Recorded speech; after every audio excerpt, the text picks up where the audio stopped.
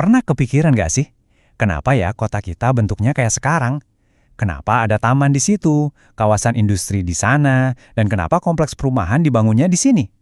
Ternyata semua itu bukan kebetulan loh.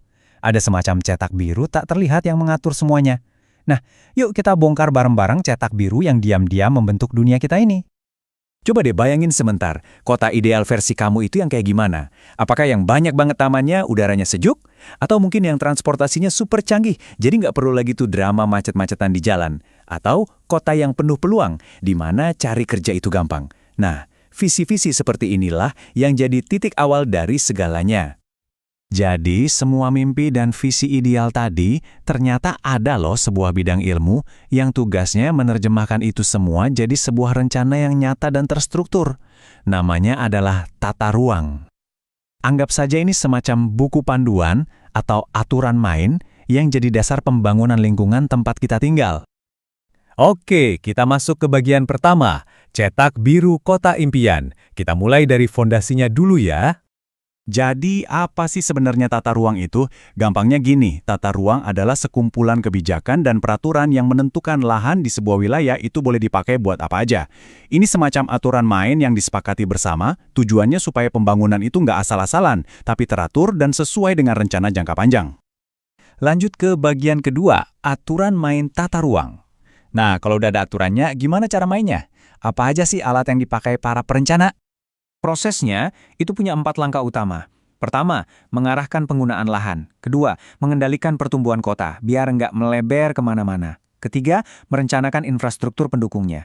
Dan yang terakhir tapi penting banget, melestarikan lingkungan. Semua ini saling terkait dalam satu rencana besar. Nah, salah satu alat utamanya namanya zonasi. Ini konsep yang penting banget. Tujuannya simple, mencegah konflik. Jadi lahan itu dibagi-bagi jadi zona-zona khusus. Ada zona buat pemukiman, industri, pertanian, sampai konservasi.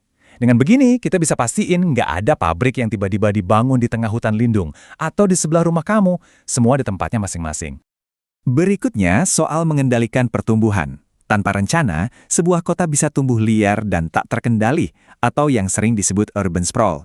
Ini nih yang bikin banyak masalah, mulai dari perjalanan yang jadi super jauh, macet di mana-mana, sampai kerusakan lingkungan. Makanya, perencanaan yang baik itu tujuannya adalah pertumbuhan yang teratur, seimbang, dan pastinya berkelanjutan. Tentu aja, rencana sebagus apapun nggak akan jalan tanpa infrastruktur yang memadai.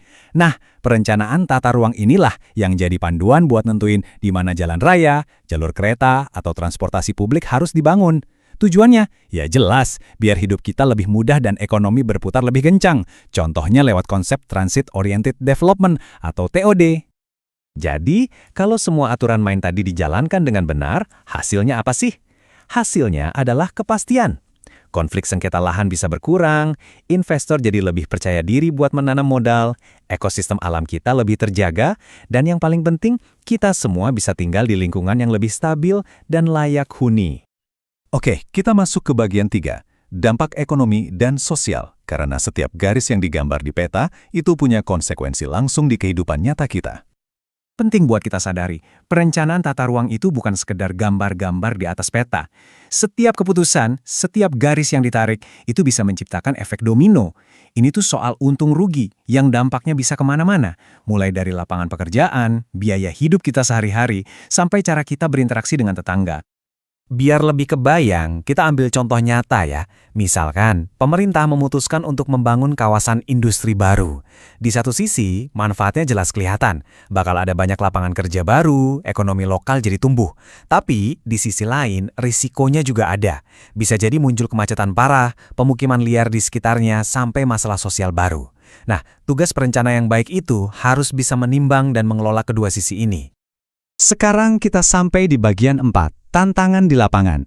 Ini bagian reality check-nya. Kenapa sih rencana yang kelihatannya hebat banget seringkali gagal di dunia nyata? Kita semua pasti pernah lihat kan, ada sebuah rencana besar diumumkan dengan gegap gempita, menjanjikan kota yang lebih baik, lebih teratur, lebih hijau. Di atas kertas kelihatannya sempurna banget. Tapi kemudian, kenyataannya seringkali beda. Banjir kok masih aja terjadi, macet nggak berkurang, dan bangunan liar malah makin banyak. Jadi pertanyaannya, di mana salahnya? Kenapa rencana yang bagus itu nggak terwujud? Nah, biasanya Ini nih beberapa biang keladinya. Penegakan hukum yang lemah bikin orang gampang melanggar aturan. Korupsi dalam proses perizinan bisa membelokkan rencana yang sudah ada. Kadang juga rencananya sendiri yang kurang pas, nggak benar-benar menjawab apa yang dibutuhkan masyarakat. Akibatnya ya gitu, pembangunan ilegal dan alih fungsi lahan terjadi di mana-mana, merusak rencana terbaik sekalipun. Akhirnya, kita sampai di bagian 5, mencari keseimbangan. Setelah melihat semua tantangan tadi, terus solusinya gimana dong?